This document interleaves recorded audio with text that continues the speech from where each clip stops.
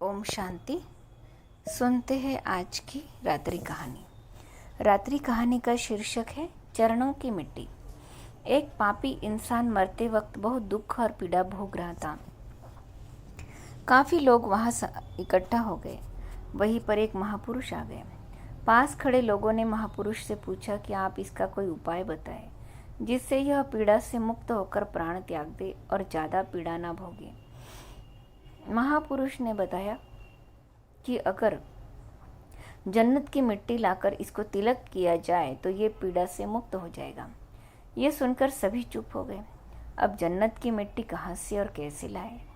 महापुरुष की बात सुनकर एक छोटा सा बच्चा दौड़ा दौड़ा गया और थोड़ी देर बाद एक मुट्ठी मिट्टी लेकर आया और बोला, ये लो जन्नत की मिट्टी, इससे तिलक कर दो। बच्चे की बात सुनकर एक आदमी ने मिट्टी लेकर उस आदमी को जैसे ही तिलक किया, कुछ ही क्षण में वह आदमी पीड़ा से एकदम मुक्त हो गया।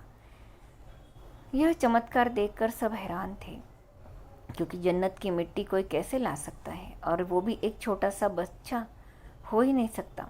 महापुरुष ने बच्चे से पूछा, बेटा ये मिट्टी तुम कहाँ से लेकर आए हो? पृथ्वी लोक पे कौन सा जन्नत है जहाँ से तुमने कुछ ही पल में ये मिट्टी लाए?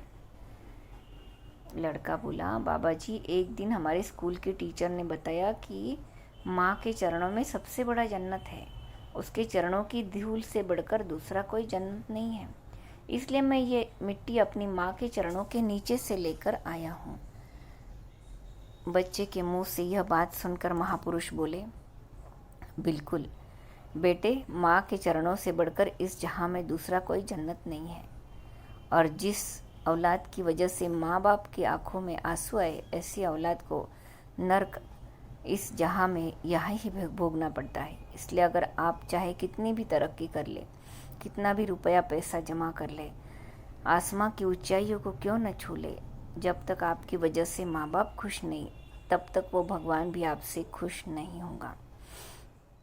कोई भी दान पुण्य और तीर्थ करने का फल आपको नहीं मिलेगा।